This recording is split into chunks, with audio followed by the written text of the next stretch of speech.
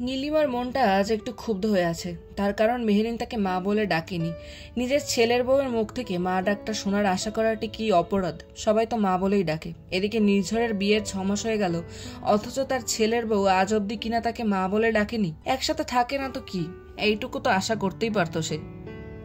মনটা খারাপ করে রুমে এসে বিছানায় ধপাস করে বসলো সে। রিদওয়ান চৌধুরীর ওয়াশরুম থেকে মাথা মুছতে মুছতে বের হলেন। নীলিমাকে এভাবে বসে থাকতে দেখে তার পাশে এসে বসলেন। জিজ্ঞেস করলেন, রেগে আছো কেন? আমি রেগে নেই। তাহলে মুখ এত গম্ভীর করে রেখেছো কেন? নীলিমা রিদওয়ানের দিকে মুখ ফিরালেন।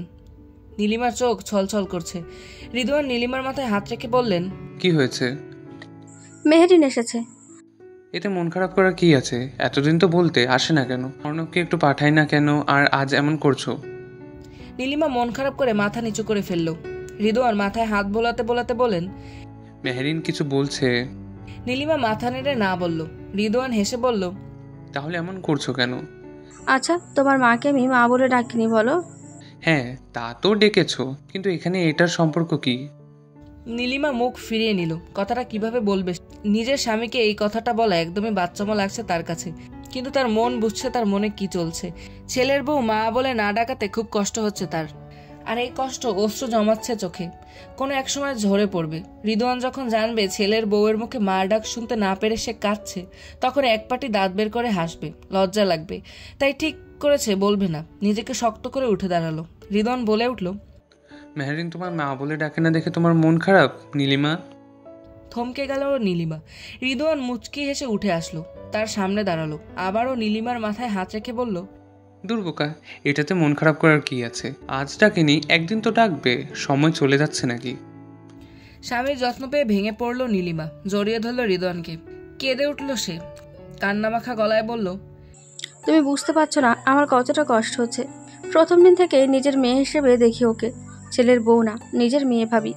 একবার কি মা ডাক শোনার ভাগ্য হবে না বলো?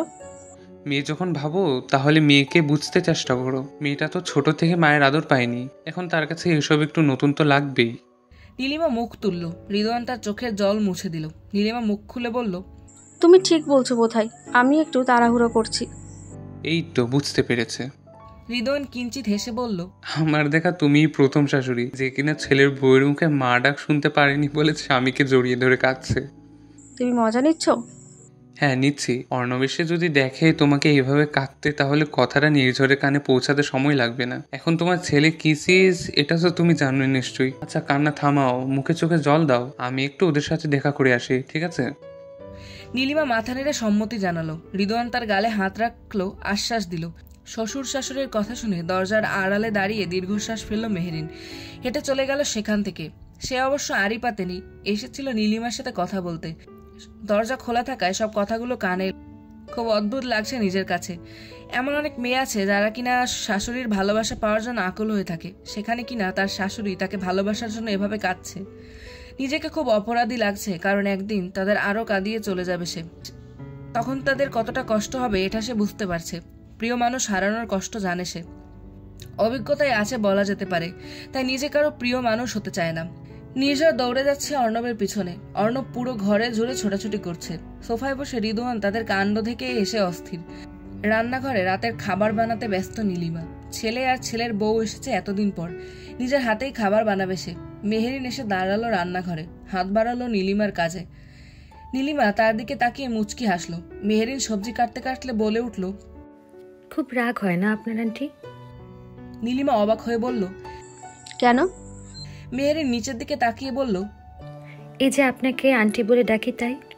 হাতের খুন্তিটা কড়াইতে রেখে দিল নীলিমা। অবাক চোখে তাকালো মেহেরিনের দিকে। মেহেরিন তার দিকে তাকিয়ে মুচকি হাসলো। তারপর খুন্তি হাতে কড়াইয়ের মাছ উল্টে দিল সে। নীলিমা চমকে উঠে সেখান থেকে সরে দাঁড়ালো। মেহেরিন চুলার আঁচ কমিয়ে দিয়ে সামনে তাকিয়ে বলল, জন্মের পর থেকে মায়ের ছবি দেখেই কাটিয়েছি, কখনো স্বচোখে দেখার ভাগ্য হয়নি আমার। মা বলতে নিজের দিকেই চিনতাম, কাউকে মা বলে ডাকিনি কখনো। নীলিমা অস্থির হয়ে উঠছে মেহেরিনের এসব কথা শুনে। মেহেরিন কি তাহলে সবকিছু শুনে ফেলেছে? মেহেরিন তার দিকে ফিরল, কিঞ্চিত হেসে বলল, আমার মা হলে বোধহয় আপনার মতোই হতো, কারণ পৃথিবীর সব মাই তো একই। নীলিমা চোখ নামিয়ে ফেলল। মেহেরিন বলে উঠল, তবে সব শাশুড়ি নিশ্চিত আপনার মতো হয় না, তাই না? নীলিমা আবেগপ্রবণ দৃষ্টি নিক্ষেপ করলো মেহেরিনের দিকে। মেহেরিন চোখ সরিয়ে নিল। এত আবেগ ভালোবাসা চায় না সে। হেসে বলে উঠল, রাগ করবেন না, হয়তো কোনোদিন আপনার এই স্বাদ পূরণ করার চেষ্টা করব আমি, কারণ এটা আমার জন্য অনেকটা কঠিন। আপনাকে আর রান্না করতে হবে না, ওখানে গিয়ে বসুন, বাকি রান্না আমি শেষ করছি। বলেই রান্নায় মনোযোগ দিল সে। নীলিমা করুণ দৃষ্টিতে তাকিয়ে রইল মেহেরিনের দিকে। খুব ইচ্ছে করছে দুহাতে জড়িয়ে ধরতে, কিন্তু সবসময় মন যা চায় তা হয়ে ওঠে না। অর্ণব হুট করে নীলিমার হাত ধরে বলল, দাদিমা। নীলিমা চমকে উঠল, তার সাথে সবাই। মেহেরিন মুচকি হাসলো। অর্ণবকেই সে শিখিয়ে দিয়েছিল দাদিমা বলে ডাকার জন্য। তবে এতেও কম খাটতে হয়নি তাকে। অর্ণবকে টানা 2 দিন আইসক্রিম খেতে দেবে বলেছে, তবুও কাজ হয়নি। অতঃপর বলেছে, তোমার দাদিমা অনেক খুশি হবে, তোমাকে নাড়ু বানিয়ে খাওয়াবে। এই কথায় জল জল করে উঠল অর্ণবের চোখ। খুশিতে আত্মহার আসে। নীলিমার হাতের নাড়ু বেশ পছন্দ তার। কয়েকদিন আগেই তৈরি করে খাইয়েছিলেন। মেহেরিন অনেক কষ্ট করে অর্ণবকে শিখালো দাদিমা বলা, যাতে নীলিমার অভিমানের কষ্ট কিছুটা হলেও কমে। নীলিমা নিচু হয়ে বসে অর্ণবের 2 গালে হাত রেখে বলল, কি বলে দাদিমা? আরেকবার বলো। অর্ণব মুখ ফুটে বলল, দাদিমা। নীলিমা তার কপালে চুমু খেয়ে বলল, বলো কি হয়েছে? অর্ণব হাত নাড়িয়ে কড়াইয়ের দিকে হাত দিল। নীলিমা বলে উঠল, মাছ ভাজা খাবে। অর্ণব মাথা নাড়ালো। নীলিমা খুশিতে আত্মহারা। ভাজা মাছের কাটা বেছে নিজের হাতে খাইয়ে দিতে লাগলো অর্ণবকে। রিদওয়ান বলে উঠল, আমাকে দাদু ডেকে অর্ণব। অর্ণব মাথা নেড়ে নানা করলো। নির্ঝর ফিক করে হেসে দিল। রিদওয়ান বলে উঠল, আচ্ছা, আজ ডাকেনি, একদিন ডাকবে। নির্ঝর হেসে বলল, হ্যাঁ, সেই আশাতেই থাকো তুমি। আজকের রাতটা চৌধুরী বাড়িতেই থাকবে তারা। অর্ণব তার দাদিমার সাথে ঘুমাবে বলে বালিশ নিয়ে তার রুমে চলে গেল। মেহেরিন ঘরের এক কোণে দাঁড়িয়ে মাছের অ্যাকোরিয়াম দেখছে। নির্ঝরের ঘরে খুব বড় একটা অ্যাকোরিয়াম আছে। মেহেরিন তাতে খাবার দিচ্ছে। এটা নির্ঝরই করছিল, কিন্তু তার একটা কল আসায় ফোন হাতে বাইরে চলে গেল। মেহেরিন উঠে এসে কাজটা করতে লাগলো। মাছেরা সাঁতার কেটে খাবার সন্ধানে ঘুরে যাচ্ছে। নির্ঝর ঘরে এলো। তার আভাস পেল মেহেরিন, তবু মাছগুলোর দিকেই তাকিয়ে রইল। নির্ঝর মিটি পায়ে তার পিছনে এসে দাঁড়ালো। পেছন থেকে হাত বাড়িয়ে একটা প্যাকেট ধরলো মেহেরিনের সামনে। মেহেরিন প্যাকেটে একবার চোখ বুলিয়ে আবারও মাছের দিকেই তাকালো। নির্ঝর সামনে এসে বলল, এটা তোমার জন্য। কি আছে এতে? নিচে দেখো। মেহেরিন প্যাকেট হাতে নিল। দেখলো খুব সুন্দর একটা শাড়ি আছে তাতে। শাড়িতে একবার হাত বুলিয়ে বলল, সুন্দর। অতঃপর মেহেরিন শাড়িটা প্যাকেটে ভরে রেখে নির্ঝরের হাতে দিল। নির্ঝর অবাক হলো। মেহেরিন তার পাশ কাটিয়ে এসে দাঁড়ালো ব্যালকনির দিকে। নির্ঝর তার পাশে এসে দাঁড়ালো। বলে উঠল, শাড়িটা কি তুমি নেবে না? না। কেন? কারণ আপনি ভুল করছেন নির্ঝর। মানে? বিয়ের 6 মাসের পূর্তিতে নিজের স্ত্রীকে এসে শাড়ি উপহার দিচ্ছেন, কিন্তু আপনি জানেন 6 মাসের সমাপ্তি মানে আপনার আর আমার সম্পর্কের ইতি টানার সময় চলে এসেছে।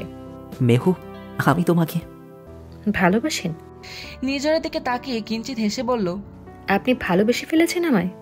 এটাই তো বলবেন। আমি আপনার ভালোবাসায় প্রশ্ন তুলছি না, ভালোবাসতেই পারেন। ভালোবাসা হুট করেই হয়, সন্দেহ নেই আপনার ভালোবাসায়। নির্ঝর এক পা এগিয়ে এলো মেহুর দিকে। চোখের দিকে তাকিয়ে বলল, তাহলে কিসের সংশয় তোমার? নিজেকে নিয়ে সংশয়। আপনার কাছে খুব সহজ নতুন করে সবটা শুরু করা, কিন্তু আমার কাছে না। আমার অতীত আপনি জানেন না। জানতে চাই না, আমি জানতে চাই না তোমার অতীত। আমি তোমাকে জানতে চাই, তোমাকে ভালোবাসি আমি। বলে মেহুর দিকে হাত বাড়ালো সে।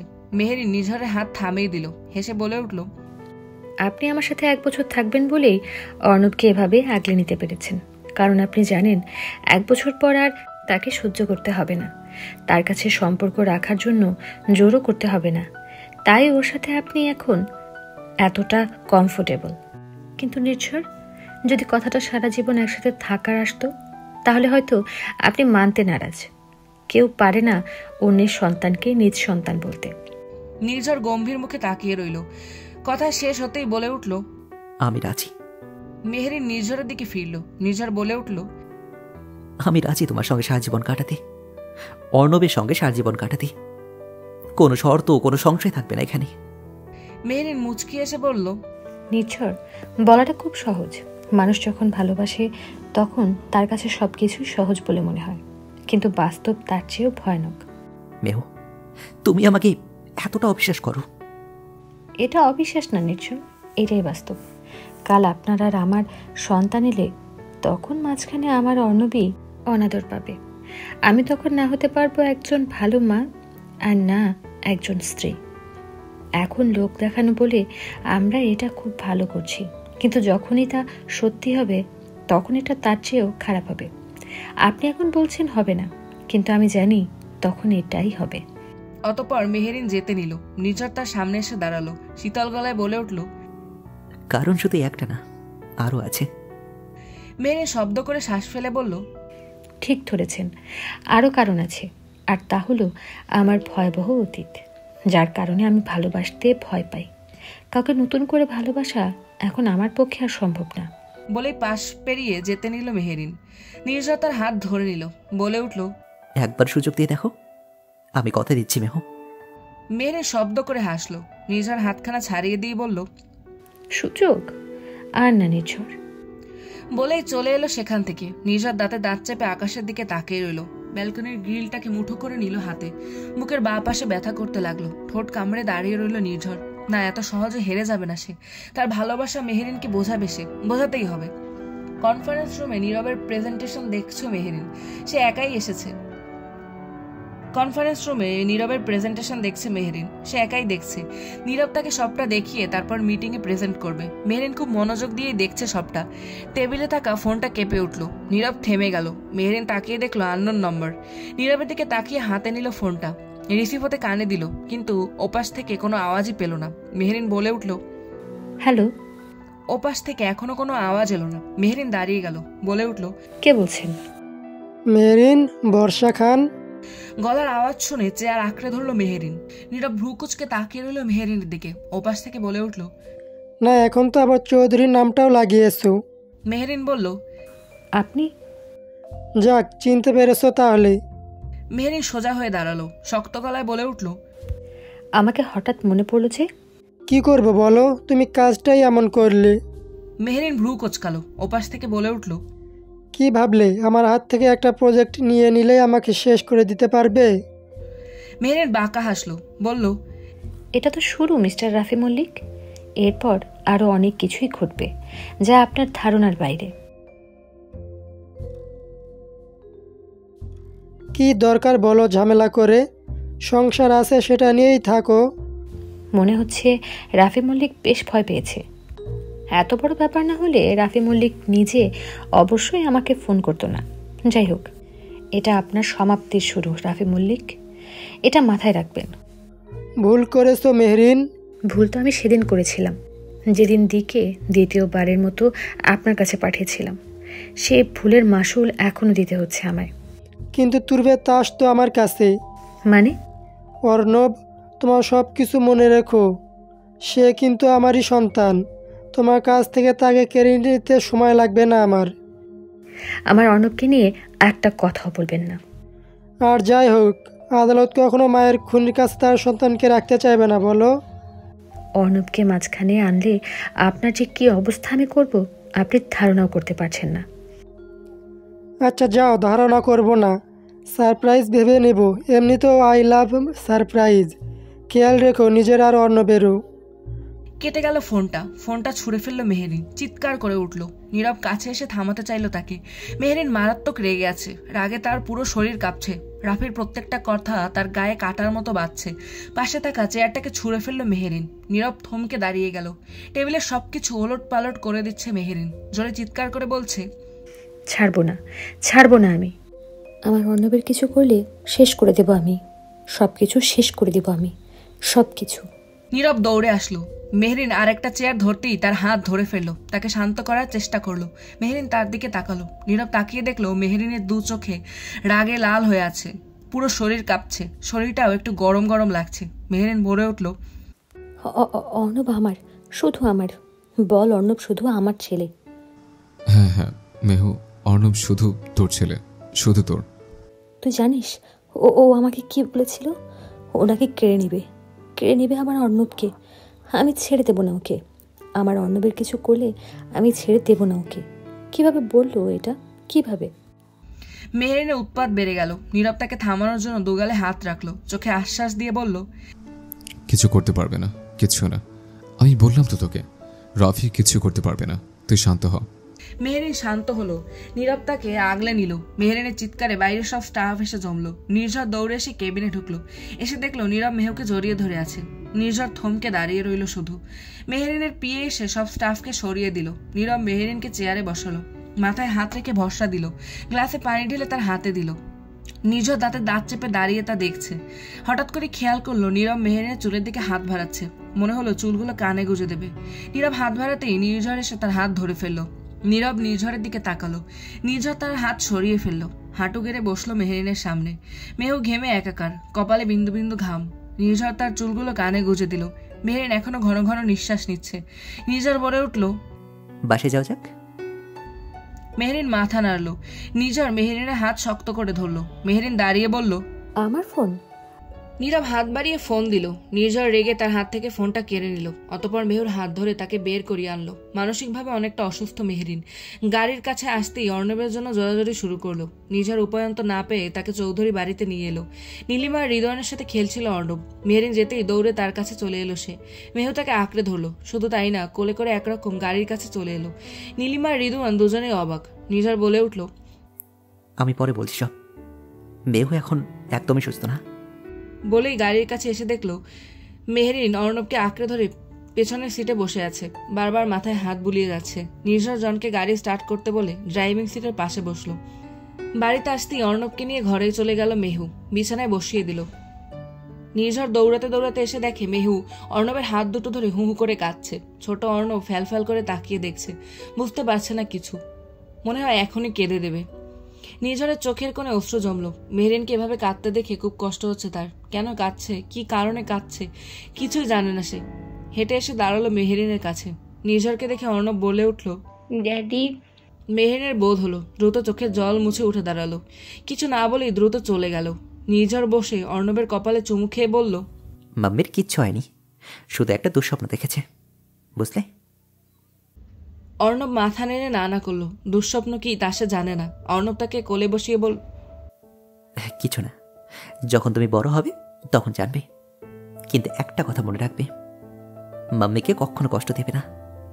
মাম্মি তোমাকে অনেক ভালোবাসে, বুঝলে? নির্ঝর তাকে কোলে বসিয়ে বলল। অর্ণব মাথা নেড়ে সম্মতি জানালো। চুমু খেলো নির্ঝরের গালে। দৌড়ে গেল মেহেরিনের কাছে। মেহেরিন আর অর্ণব আজ একসাথে ঘুমিয়েছে। নির্ঝর আজ আলাদা ঘরেই ঘুমাতে গেছে, কিন্তু কিছুতেই তার ঘুম এলো না। সে এসে হাজির হলো মেহুর ঘরে। অর্ণবকে জড়িয়ে ঘুমিয়ে আছে সে। তার ঘুম খুব গভীর। নির্ঝর অনেক কাছে এগিয়ে মেহুকে দেখলো। তার স্নিগ্ধ মুখখানা দেখে ঠোঁটের কোণে হাসি ফুটলো তার। তবে প্রয়াস বেশিক্ষণ রইল না। মেহেরিনের কান্নামাখা মুখটার কথা মনে করতেই তার মুখটা মলিন হয়ে গেল। বিছানার পাশে মেঝেতে বসে পড়ল সে। মেহেরিনের দিকে তাকিয়ে বলল, আমি সত্যি জানি না তুমি কি নিয়ে এত ভয় পেয়েছো মেহু, কিন্তু কথা দিচ্ছি, সেটা যাই হোক না কেন, আমি তোমার পাশে থাকবো। নীরবকে গতকালের ঘটনা জিজ্ঞেস করতেই নীরব মুখ ফিরিয়ে নিল। বলল কিছু হয়নি। নির্ঝর রেগে গেল। আবারও জিজ্ঞেস করলো। নীরব বলে উঠল, কিছু হয়নি বললাম তো আমি। কিছু না হলে মেহু অবশ্যই এভাবে কান্না করতো না। নীরব মুখ ফিরিয়ে নিল। নির্ঝর বেশ বুঝতে পারছে কিছু একটা হয়েছে। নীরবের সামনে দাঁড়িয়ে শক্ত মুখে বলে উঠল, ভালো মতো জিজ্ঞেস করছি, বলো। না বললে কি করবে তুমি? আমি বাধ্য নই তোমাকে কিছু বলার জন্য। বলেই পাশ কাটিয়ে চলে যেতে নিল। নির্ঝর রেগে তার জামার কলার চেপে ধরলো। দাঁতে দাঁত চেপে বলল, খুব বেশি বেড়ে যাচ্ছ, আমার মেহুর থেকে দূরে থাকো। নীরব মুখ সরিয়ে বলল, মেহু তোমার না। নির্ঝর চোয়াল শক্ত করে নিল। উঠে ঘুষি মারলো তার মুখে। নীরব ছিটকে দূরে এসে পড়ল। বলে উঠল, নির্ঝর পাগল হয়ে গেছো? হ্যাঁ, হয়ে গেছি। সাহস হয় কি করে তোমার আমার মেহুকে জড়িয়ে ধরার? কেন জড়িয়ে ধরেছিলে তুমি মেহুকে? বলেই ফোঁসফোঁস করতে লাগলো সে। পেছন থেকে মেহুর গলার আওয়াজ পেয়ে চমকে উঠল নির্ঝর। মেহেরিন এসে নির্ঝরের মুখোমুখি দাঁড়ালো। পিছনে দাঁড়িয়ে নীরবকে দেখলো মেঝেতে পড়ে আছে। মেহেরিনকে দেখে চোখ নামিয়ে ফেললো সে। ভ্রুকুচকে নির্ঝরকে জিজ্ঞেস করলো, আপনি নীরবকে মেরেছেন নির্ঝর? নির্ঝর দীর্ঘশ্বাস ফেলে বলল, মেহেরিন শব্দ করে শ্বাস ফেললো। নির্ঝরের থেকে চোখ সরিয়ে নীরবের কাছে গেল। নীরবকে উঠালো নিচ থেকে। নির্ঝর অনেকটাই জোরে মেরেছে। বেচারার গাল ফুলে গেছে। মেহেরিন একজন স্টাফকে ডেকে পাঠালো আইস ব্যাগ আনার জন্য। অতঃপর এসে নির্ঝরের সামনে দাঁড়িয়ে বলল, আমি জিজ্ঞেস করতে পারি আপনি এমনটা কেন করেছেন? নির্ঝর চোখ সরিয়ে নিল। দুহাত প্যান্টের পকেটে ঢুকিয়ে চোয়াল শক্ত করে নিল। মেহেরিন বলে উঠল, নির্ঝর, আমি জিজ্ঞেস করছি কিছু। নির্ঝর এবারও চুপ। মেহেরিন এবার নির্ঝরের সামনে এসে দাঁড়িয়ে বলল, আমি বলছি কেন, কারণ গতকালও আমাকে আগলে রেখেছিল, তাই তো? কেন, সমস্যা কি আপনার? আমার বন্ধু আমাকে আগলে না রাখলে আর কে রাখবে? নির্ঝর চোখ মুখ শক্ত করে দাঁড়িয়ে রইল। রাগে তার শরীর জ্বলে যাচ্ছে। মেহেরিন তীক্ষ্ণ দৃষ্টি নিক্ষেপ করলো তার উপর। নির্ঝর সেই চোখে ঘৃণাও দেখতে পাচ্ছে। শব্দ করে শ্বাস ফেলল সে, বলে উঠল, হ্যাঁ, এই কারণেই মেরেছি। কেন জড়িয়ে ধরবে ও তোমায়? কারণ ও আমার বন্ধু, আমার চিন্তা করে, কেয়ার করে আমার, তাই। ও আচ্ছা। নির্ঝর সরি বলুন okay. Sorry my foot. Nirjhar, sorry বলবো না ওকে, যা ইচ্ছে করে নাও। মেহেরিন কপালে হাত রাখলো। কি করবে কিছুই বুঝতে পারছে না সে, শুধু বলল, একটা কথা মনে রাখবেন, এসব কিছু করলে আপনি আমাকে পাবেন না। আমি যখন একবার বলেছি আপনাকে ভালোবাসি না তো বাসি না, এটাকে হ্যাঁ করাতে পারবেন না আপনি। তাই শুধু শুধু এসব সিন ক্রিয়েট করে কোনো লাভ হবে না, মনে রাখবেন কথাটা। নির্ঝর কিছু বলার জন্য মুখ খুলতেই স্টাফ এসে হাজির হলো। মেহেরিন তার থেকে আইস ব্যাগটা নিয়ে নীরবের গালে ধরলো। নির্ঝর দাঁতে দাঁত চেপে তাকিয়ে রইল। সরি শব্দটা বলেই প্রস্থান করলো সে। মেহেরিন দীর্ঘশ্বাস ফেলে বলল, sorry year. It's okay, I am fine. কিন্তু মেহু, কি? নির্ঝর তোকে ভালোবাসে। মেহেরিন উঠে দাঁড়ালো, ফার্স্ট এড বক্স নিয়ে এলো। শীতল গলায় বলল, ওটা ওর ভালোবাসা না, ওর ভ্রম, যা সময়ের সাথে সাথে এক সময় চলে যাবে। আর তুই ভালোবাসিস ওকে? মেহেরিন ওষুধ বের করলো, নীরবের গালে তা লাগিয়ে দিয়ে বলে, না, ভালোবাসা আর আমার পক্ষে সম্ভব না। বলেই মুচকি হাসলো সে। নীরবও কিঞ্চিত হাসলো, মনের মধ্যে বলল, তুই শুধু আমার ভালোবাসা। মেহেরিন ভ্রু নাচিয়ে জিজ্ঞেস করলো। নীরব মাথা নাড়িয়ে বলল না কিছু, শুধু এক দৃষ্টিতে তাকিয়ে রইল মেহেরিনের দিকে। নিজের হন হন করে নিজের কেবিনে আসলো। অর্ণব তার টেবিলের উপর বসে চকলেট খাচ্ছে। ধপাস করে এসে চেয়ারে বসে পড়লো নির্ঝর। নির্ঝরকে রেগে থাকতে দেখে ড্যাডি ডেকে চকলেট বাড়িয়ে দিল। নির্ঝর হেসে সেই চকলেটে কামড় বসালো। অর্ণবকে কোলে বসিয়ে বলল, তোমার মাম্মির সঙ্গে ঝগড়া করার পর তোমার কাছে আসতে হবে, তাহলে আমার মন ভালো হয়ে যাবে, বুঝলে অর্ণব শোনা? নাও তো, এবার একটু হেসে দাও তো। অর্ণব একগাল হেসে বলল, মাম্মি। হ্যাঁ, তোমার মাম্মি একটা ধানি লঙ্কা, বুঝলে? গাড়িতে বসে আছে নির্ঝর, তার পাশের সিটে অর্ণব। দুজনে অপেক্ষা করছে মেহেরিনের। মেহেরিন বাইরে দাঁড়িয়ে নীরবের সাথে কথা বলছে, তার গালে আবার হাত দিচ্ছে। নির্ঝর তার দেখে দাঁতের দাঁত চেপে বিস্ফোরিত চোখে তাকিয়ে রইল। অর্ণব গাড়ির জানালা দিয়ে ডাক দিল। মেহেরিন নীরবকে খেয়াল রাখতে বলে গাড়ির কাছে এগিয়ে গেল। হুট করে নীরবের ফোনে একটা মেসেজ এলো। মেহেরিন গাড়ির কাছে এগিয়ে যেতেই নীরব তাকে পেছন থেকে ডাক দিল। নির্ঝর রেগে হাত মুঠো করে নিল। অর্ণব কপালে হাত দিল। কিছুক্ষণ পর গাড়ির কাছে এসে মেহেরিন বলল, নির্ঝর, একটু সমস্যা হয়েছে, আগামী কালকের মিটিং নিয়ে কিছুটা সমস্যা হয়ে গেছে। নির্ঝর হেসে বলল, ঠিক আছে, আমি অর্ণবকে নিয়ে তাহলে চলে যাচ্ছি। না, আপনি একা যান, অর্ণবকে রেখে যান। ডক্টর রাহেলার সাথে আজ দেখা করার কথা আছে, অর্ণবকে সাথে করে নিয়ে যাব। আপনি বরং একাই চলে যান, আমাদের ফিরতে লেট হবে। বলেই গাড়ির ভেতর থেকে অর্ণবকে বের করে আনলো। অর্ণব নির্ঝরের দিকে তাকিয়ে মুখটা মলিন করে বের হয়ে এলো। নীরব, মেহু আর অর্ণবকে সাথে নিয়ে আবার অফিসে ঢুকলো। নির্ঝর তা দেখে রেগে অস্থির। জনকে গাড়ি ক্লাবের দিকে নিয়ে যেতে বলল। নির্ঝর, তুই শুধু শুধু রেখে যাচ্ছিস, এবার বন্ধ কর। ঈশানের কথায় নির্ঝর রেগে তার বিয়ারের বোতল ছুঁড়ে মারলো তার দিকে। একটুর জন্য বেঁচে গেছে সে। দেওয়ালে বাড়ি খেয়ে বিয়ারের বোতলটা টুকরো টুকরো হয়ে নিচে পড়ে গেল। নির্ঝর নিজেও পড়ে যেতে নিল। ফরহাদ হেসে তাকে থামিয়ে দিল। নির্ঝর তাকে ঝাড়া দিয়ে ছাড়িয়ে নিয়ে দাঁড়াবার চেষ্টা করলো, কিন্তু কিছুতেই তা সম্ভব হচ্ছে না। অতিরিক্ত ড্রিঙ্ক করে ফেলে এসেছে, হেলে দুলে চলেছে। ফরহাদ তার সামনে থাকা সত্ত্বেও তার পাশে আঙুল দিয়ে বলছে, ধরবি না আমায়। ফরহাদ নির্ঝরের হাত ঘুরিয়ে বলল, আমি এখানে। ও সরি, ধরবি। কথা শেষ না করেই হুট করে নিচে বসে পড়লো নির্ঝর। বলে উঠল, তোরা জানিস মেহু আমাকে দিয়ে ওই নীলবকে সরি বলিয়েছে, আমাকে দিয়ে। ভেবে দেখেছিস? আরো অনেক কথা শুনেছে। কিভাবে পারলো এমনটা করতে বল, তোরাই বল। আরিফ বলে উঠল, নির্ঝরের মাথা ঘুরে গেছে, পুরো পাগল হয়ে গেছে ও।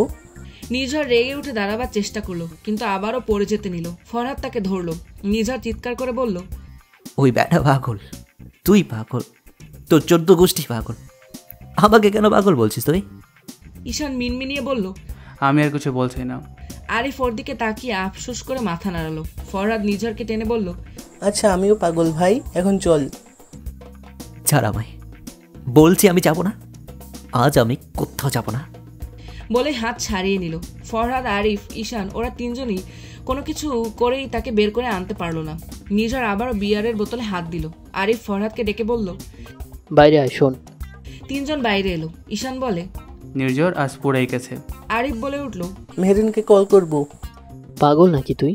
মেহেরিন যদি জানে তাহলে জানে মেরে দেবে নির্ঝরকে। না না, মেহেরিনকে কিছু বলা যাবে না। তাহলে কি করবি? দেখছি, একটু পর আবার যাই। নির্ঝরের মাথা ঠান্ডা হোক, তখন নিয়ে আসবো। নির্ঝর বিয়ারের বোতলে মুখ দিতেই সামনে এসে বসলো দিশা। নির্ঝর ঝাপসা ঝাপসা চোখে তাকালো তার দিকে। দিশা হেসে বলে উঠল, হাই হ্যান্ডসাম। নির্ঝরের কাছে মনে হলো এটা মেহু। সে ঝাপসা ঝাপসা চোখে দেখতে লাগলো। দিশা এসে নির্ঝরের গালে হাত রাখলো। নির্ঝর মাথা দুলতে দুলতে বলল, মেহু। দিশা বাঁকা হাসলো, বলে উঠল, এখানে একা একা কি করছো তুমি? নির্ঝর দিশার হাত সরিয়ে বলল, তোমার সঙ্গে কোনো কথা নেই, ছাড়ো তুমি। কেন? কেন তুমি জিজ্ঞেস করছো কেন? আজ কত কথা শোনালে তুমি আমায়। আচ্ছা সরি। নির্ঝর মুখ ঘুরিয়ে নিল। দিশা ওর দিকে তাকিয়ে বলল, সরি বললাম। নির্ঝর মাথা নেড়ে বলে ওঠে, না না। দিশা বলে উঠল, তো ঠিক আছে, বলো না কথা। বলেই উঠে পড়ল। নির্ঝরও তার সাথে উঠে দাঁড়িয়ে বলল, মেহু কোথায় যাচ্ছ? দিশা বাঁকা হেসে হাঁটতে লাগলো। নির্ঝর উঠে তার পিছু পিছু যেতে লাগলো। দিশার কাজই হচ্ছে বড়লোকের ছেলেদের ফাঁসিয়ে টাকা উপার্জন করা। নির্ঝরের উপর তার নজর ছিল, কিন্তু সুযোগ কখনোই করে উঠতে পারেনি। আজ যখন নির্ঝর তার মাঝে মেহেরিনকে দেখছে, এই সুযোগ হাতছাড়া করা যাবে না। নির্ঝরকে আজ ফাঁসাবে, তাই তাকে নিজের পিছু পিছু নিয়ে আসতে লাগলো। একটা ঘরের কাছে নিয়ে এলো তাকে।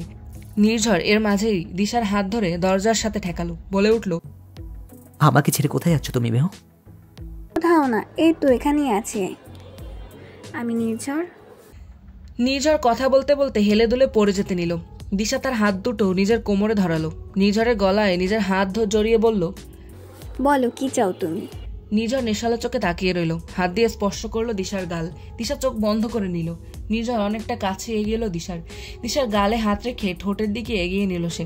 কিন্তু দিশার ঠোঁট জোড়া দেখে সে থমকে গেল, ভ্রু কুচকে নিল। হাত দিয়ে স্পর্শ করলো ঠোঁট দুটোকে, বলে উঠল, এটা তুমি নাও, এই ঠোঁট তোমার না। দিশা চোখ মেলে তাকালো। নির্ঝর তার থেকে সরে আসলো, বলে উঠল, তুমি মেহু নও। নির্ঝর, নির্ঝর আমি তো মেহেরিন, তোমার মেহু। তুমি মেহু নও, তুমি আমার মেহু নও। বলতে বলতে হেলে দুলে চলে আসতে দিল। এদিকে ফরহাদ ওরা সবাই নির্ঝরকে খুঁজতে অস্থির। অবশেষে তাকে হেলে দুলে আসতে রেখে তাকে ঘিরে ধরলো সবাই। নির্ঝরের মুখে তখন একটা কথাই শুনতে পেল, তুমি আমার মেহু নও, আমার মেহু নও তুমি। ফরহাদ নির্ঝরের হাত নিজের কাঁধে নিয়ে বলল, হ্যাঁ হ্যাঁ, তোর মেহুর কাছেই নিয়ে যাচ্ছি, চল। এদিকে দিশা পেছন পেছন এসে দেখে ফরহাদ ওরা নির্ঝরকে নিয়ে যাচ্ছে। রেগে ঠোঁট কামড়ে ধরল সে। আবারও সুযোগ হাতছাড়া হয়ে গেল তার, কিন্তু এত সহজে হার মানবে না সে। মেহেরিনের সামনে হেলছে নির্ঝর। এতক্ষণে নির্ঝরের জন্য অপেক্ষা করছিল। ঘড়িতে 1:30 বাজে। নির্ঝরকে দরজার কাছে রেখেই মেহেরিনের কাছে দিয়ে ভেগেছে ওরা, না হলে মেহু তাদের একজনকেও ছাড়তো না। এদিকে নির্ঝর অপেক্ষা করতে করতে তার ঘরে ঘুমিয়ে পড়লো অর্ণব। ঘুমায়নি শুধু মেহেরিন, একমাত্র নির্ঝরের অপেক্ষাই করছিল সে। এখন সে তার সামনে দাঁড়ানো, দুহাত ভাঁজ করে ভ্রু কুচকে মেহু জিজ্ঞেস করলো, ড্রিঙ্কস করছেন আপনি? নির্ঝর মাথা নেড়ে বলল, না। তাহলে দুলছেন কেন? সোজা হয়ে দাঁড়ান। নির্ঝর মেহুর দিকে আঙুল তাক করে বলল, আমি দুলছি না তো, বাড়ি দুলছে, তুমি দুলছ। মেহেরিন দীর্ঘশ্বাস ফেলে বলল, কেন করেছেন ড্রিঙ্ক? বলবো না, তার আগে বলো কেন ওই নীলবের সামনে আমাকে কথা শুনেছ? হ্যাঁ কেন? মেহেরিন ভেবে নিল নির্ঝরের সাথে কথা বলে কোনো লাভ নেই। নির্ঝরের হাত ধরে বলল, নিন এখানে ঘুমান। হাত ছাড়িয়ে বলল, না, ঘুমাবো না। তাহলে কি করবেন? নাচবেন? না, তোমাকে ভালোবাসবো। বলে মেহেরিনকে জড়িয়ে ধরল সে। মেহেরিন ছোটার জন্য ছটফট করতে লাগলো, কিন্তু কোনো কাজই হলো না। নির্ঝর খুব শক্ত করে জড়িয়ে ধরে আছে তাকে। মেহেরিন বলে উঠল, নির্ঝর ছাড়ুন আমায়। নির্ঝর মাথা নেড়ে বলল, না। রেগে যাচ্ছি কিন্তু আমি। নির্ঝর মেহেরিনের দিকে তাকিয়ে বলল, সত্যি? মেহেরিন দাঁতে দাঁত চেপে তাকিয়ে রইল। নির্ঝর হেসে বলল, ঠিক আছে, আমি রাগ ঠান্ডা করে দিচ্ছি, কেমন? বলেই চুমু খেলো মেহেরিনের গালে। মেহেরিন থমকে গেল, তার কথার আওয়াজ হারিয়ে গেল। এদিকে নির্ঝর এখনো জড়িয়ে ধরে আছে। মেহেরিন বলে উঠল, তুমি তো জানো মেহ, আমি তোমাকে কত ভালোবাসি, কিন্তু কিন্তু ওই নীলব আছে না, বিরিয়ানির এলাচ, সব সময় তোমাকে আমার কাছ থেকে নিয়ে যায়। আচ্ছা মেহ, তুমি বোঝো না আমি তোমাকে কতটা ভালোবাসি? তুমি বলো, বুঝতে পারো না? মেহেরিন ঢোক গিলল, বলল, নির্ঝর ছাড়ুন আমায়। মেহু মেহু এবার চেঁচিয়ে বলল, নির্ঝর ছাড়ুন। নির্ঝর চমকে উঠে ছেড়ে দিল, বলে উঠল, ছেড়ে দিয়েছি, আমি ছেড়ে দিয়েছি, তুমি তুমি রেগে যেও না, ঠিক আছে? মেহেরিন বেশ বিরক্ত, বলল, ঘুমিয়ে পড়ুন। বলেই তার পাশ দিয়ে যেতে নিল। হুট করেই নির্ঝর মেহুর হাত ধরে ফেলল। আমি তোমার সাথে ঘুমাবো। নির্ঝর। মেহেরিনের কথা শোনার আগেই তাকে জড়িয়ে ধরে ধপাস করে বিছানায় পড়ে গেল নির্ঝর। মেহেরিন থতমত খেয়ে গেল। নির্ঝরের মুখ তার কানের কাছে, একই কথা সে বারবার বলে যাচ্ছে, তোমাকে ভালোবাসি মেহ, অনেক অনেক ভালোবাসি। মেহেরিন চোখ বন্ধ করে নিল। নির্ঝরের গরম নিঃশ্বাস পড়ছে তার ঘাড়ে, আর কানে বাজছে আওয়াজ। নির্ঝর ফিসফিসে বলে যাচ্ছে তার ভালোবাসার কথা। মেহেরিন উপেক্ষা করতে পারছে না এসব।